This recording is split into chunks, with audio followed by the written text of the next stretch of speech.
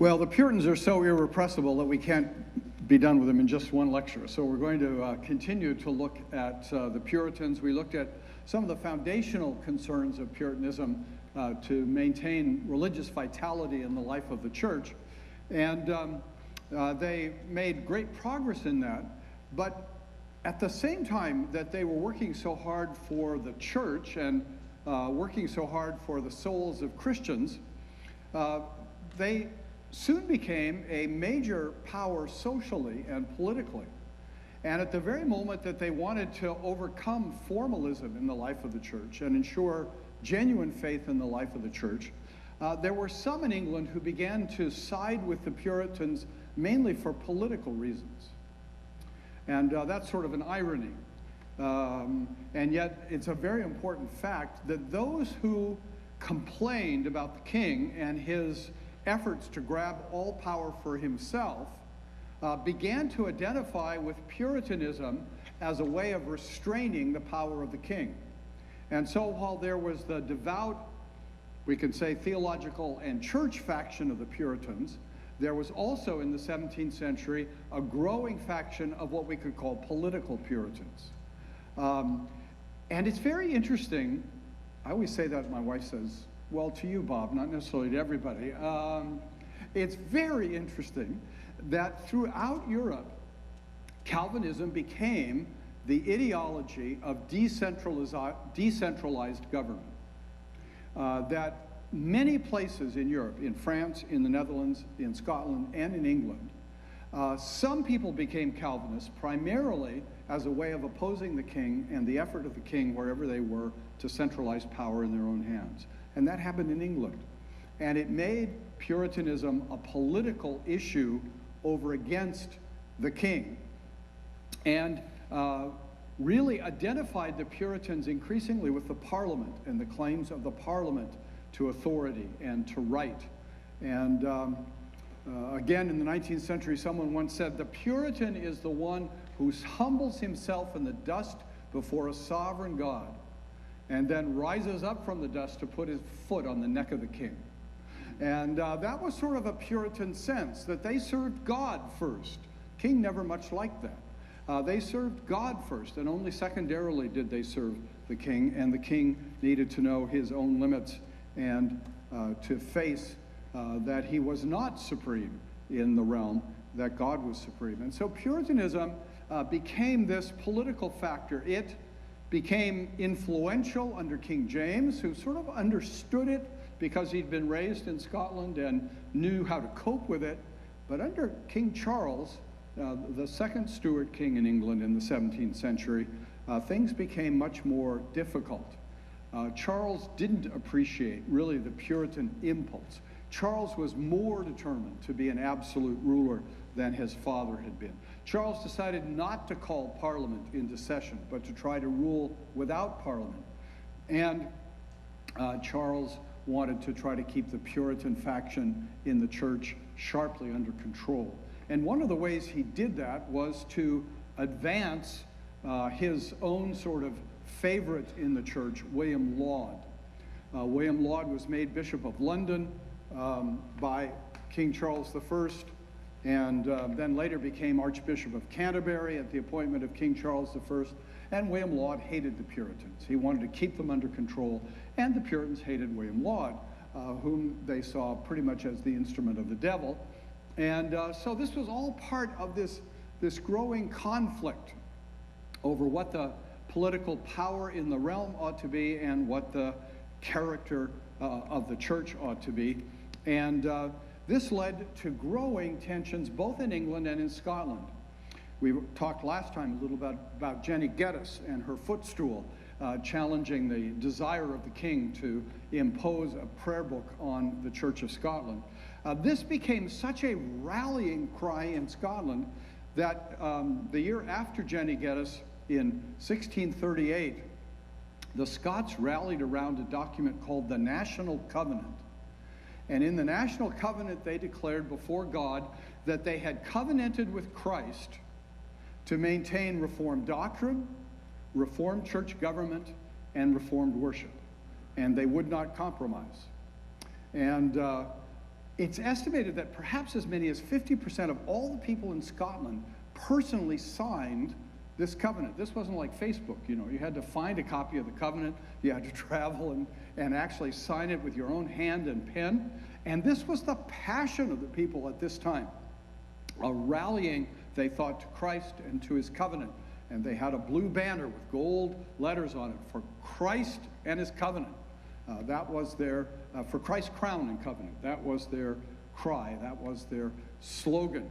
And similar things were happening in England as increasingly there was opposition to the king. The king then found he didn't have enough money to govern without Parliament, because Parliament had to approve increases in taxes.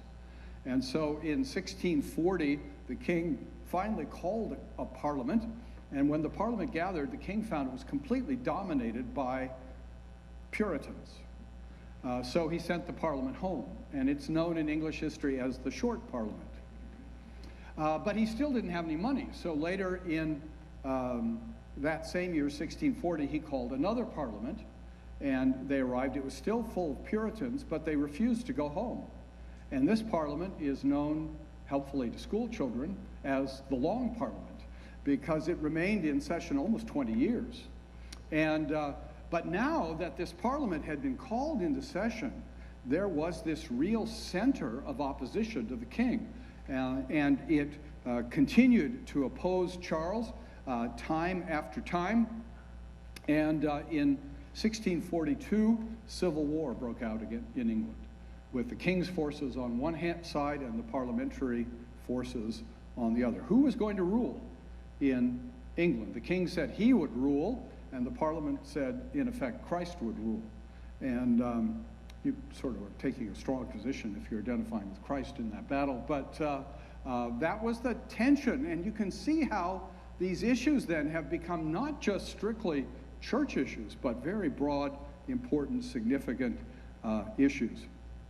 The war was a difficult one. It dragged on for a long time. In the second year of the war, the Parliament sought allies in Scotland and actually entered into another covenant, this time called the Solemn League and Covenant in 1643, allying Scotland with England and Ireland to oppose the king and to reform the church and the government. The king resisted for a long time, and gradually became clear that the parliamentary forces needed a stronger leader.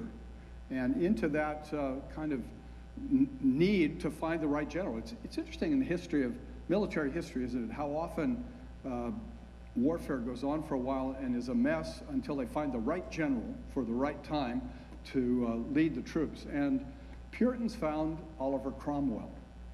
And Oliver Cromwell became the leader of the parliamentary forces. He disciplined the army in a whole new way, producing what came to be known as the New Model Army, a model of discipline. To this day, in England, if you go to London and to the Parliament, out in front of the Parliament, there's a statue of Oliver Cromwell. The Queen, every time she goes to open Parliament and open the government, has to see that statue of Oliver Cromwell, reminding her that her powers are limited, and that when monarchs try to rule in an unlimited way, they may face difficulties. Charles certainly did. The New Model Army of Oliver Cromwell advanced in power and was able eventually to force the king to surrender in 1646, arrested him, and in due course put him on trial, and in 1649 executed him as a tyrant. That was the end of Charles I. Don't mess with the Puritans. That's an important lesson to take away from this lecture. They felt that they had given him a fair trial, that he had been accused of being a tyrant and having abused his legitimate authority given him by God, and so for his tyranny, he was executed. It's very interesting. The end of the 18th century, when King Louis XVI was put on trial in Paris, he was tried not for tyranny, but for crimes as a citizen. Now, there's an important distinction there. Charles was tried as a king who had become a tyrant. Louis was tried as a citizen who was a criminal. And then if you go down to Nicholas II, the Tsar, the communists arrested him in the Russian Revolution and then just took him out and shot him without a trial at all. And you can sort of see the radicalization of revolutionary spirit. You know, a king should be honored as a king, but if he's a tyrant, he has to be punished. A king can be completely taken off his throne and just tried as a citizen, or a czar can be taken out and given no trial at all and just shot, along with his wife and children. The brutalization of what went on in terms of certain ideologies is one thing we'll want to look at in the West. Cromwell becomes more and more powerful, and this is important from a church history point of view, because the Puritans in Parliament, the large majority were Presbyterians and thought that what was needed in England to reform the church was to make the Anglican Church a Presbyterian church. But Oliver Cromwell was a Congregationalist, or as they would have said then, an independent. And he thought what was needed was neither bishops nor presbyters, but independent churches. And Cromwell was strongly supported by the great English poet John Milton. You know that name. He wrote the great epic poem Paradise Lost. Well, he wrote a much shorter poem against the Presbyterians called On the Forcers of Conscience. That's what Presbyterians are. Milton was a Congregationalist. And in that little poem on the Forcers of Conscience is one of the famous poetic lines of the 17th century. New presbyter is but old priest writ large. So the Presbyterians are worse than the Catholics, according to Milton, because you know, the Catholics kind of left you, the priest left you alone if you at least outwardly conformed. These Presbyterians want you really to agree with them, and we're not going to have this. So now there's tension in the Puritan movement between the Presbyterians and the Congregationalists. Cromwell eventually will become Lord Protector of the Commonwealth, as he was known, and would lead to an ascendancy of Congregationalism and prevent England from ever having a national Presbyterian church. When Cromwell died, however, there was no real way to keep the Commonwealth going, and it sort of disintegrated to the point where in 1660, Charles I's son was restored to the throne as Charles II. He was not a nice guy. That's just between you and me. You don't have to publish this abroad. He had promised the Scots to maintain their church. That's why they supported him. He had signed the National Covenant to maintain Reformed theology, Reformed worship, Reformed church government. The minute he got on the English throne, he repudiated all of that and began to persecute the Scots. Threw the Puritans out of the church in England. It was a mess. It was a difficult time, but some wonderful things came out of that difficult time. One of the things was the monarchs in England never regained their ability to rule without Parliament. The English Civil War really established the necessity of parliamentary government along with the monarch and began the evolution in England towards the kind of parliamentary democracy that is in England today. So it had that great social political benefit. But it also had very important ecclesiastical benefit, and that came from the decision of the Parliament to establish an assembly of theologians and ministers to decide how to reform the church. And this is known to history as the Westminster Assembly. The Westminster Assembly, interestingly enough, was not really a church assembly. The Synod of Dort, for example, that defeated Arminianism in the early 17th century, was a church synod. The Westminster Assembly was really a parliamentary committee. It was a political committee in that sense, but it was composed of ministers who were given the responsibility of figuring out how to improve and reform the church in England. And they decided that they needed to reform the church in three ways, just as the National Covenant had talked about three necessities. They wanted a clear statement of Reformed doctrine. They wanted a clear direction on Reformed worship, and they wanted a clear Reformed government for the life of the church. And that's what the Westminster Assembly set about doing. Now, we remember the Assembly primarily for the confessional and catechetical documents that they prepared. And those are, of course, in a sense, the greatest treasure they gave to the church. But they also worked very hard on the government of the church and on the worship of the church. And we'll try to talk about all of those things way too briefly. But as I say, we remember them particularly for the Confession of Faith that they wrote, which became the last great Reformed confession written, mature, thoughtful, insightful, careful. And then they also wanted to educate the churches, and so they wanted a catechism. And they worked and worked at the catechism, and they had a great deal of trouble about the catechism. And then one of the divines finally said, you know, we're trying to do too much with this catechism. What we really need is two catechisms. A shorter catechism for the children and a larger catechism for adults. And one of the delegates said, we finally learned you couldn't serve milk and meat from the same plate. And so they then very rapidly were able to put together the shorter catechism, which has continued to be used through the centuries very widely by Presbyterian churches. And the larger catechism, which regretfully has been kind of neglected and forgotten by lots of Presbyterians.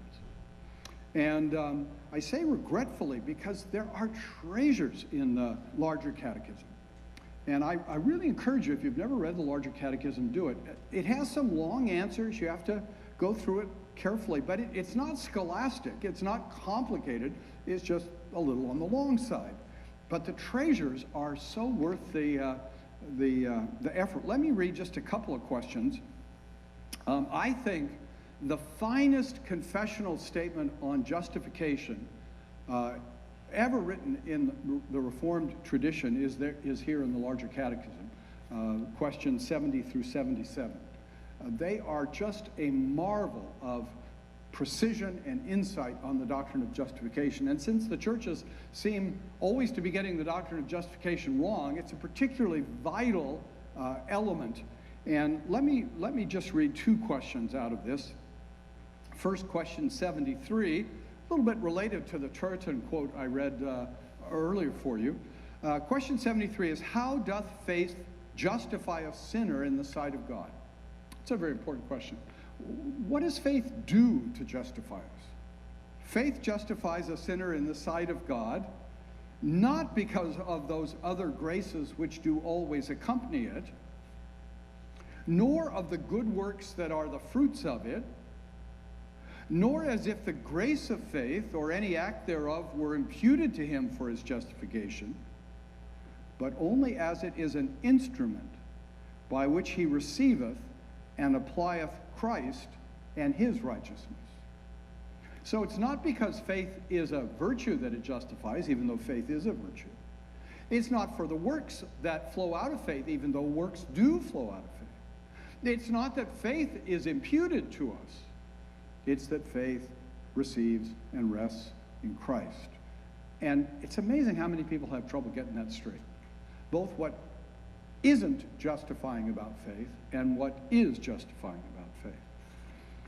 My favorite question in this section is question 77. Wherein do justification and sanctification differ?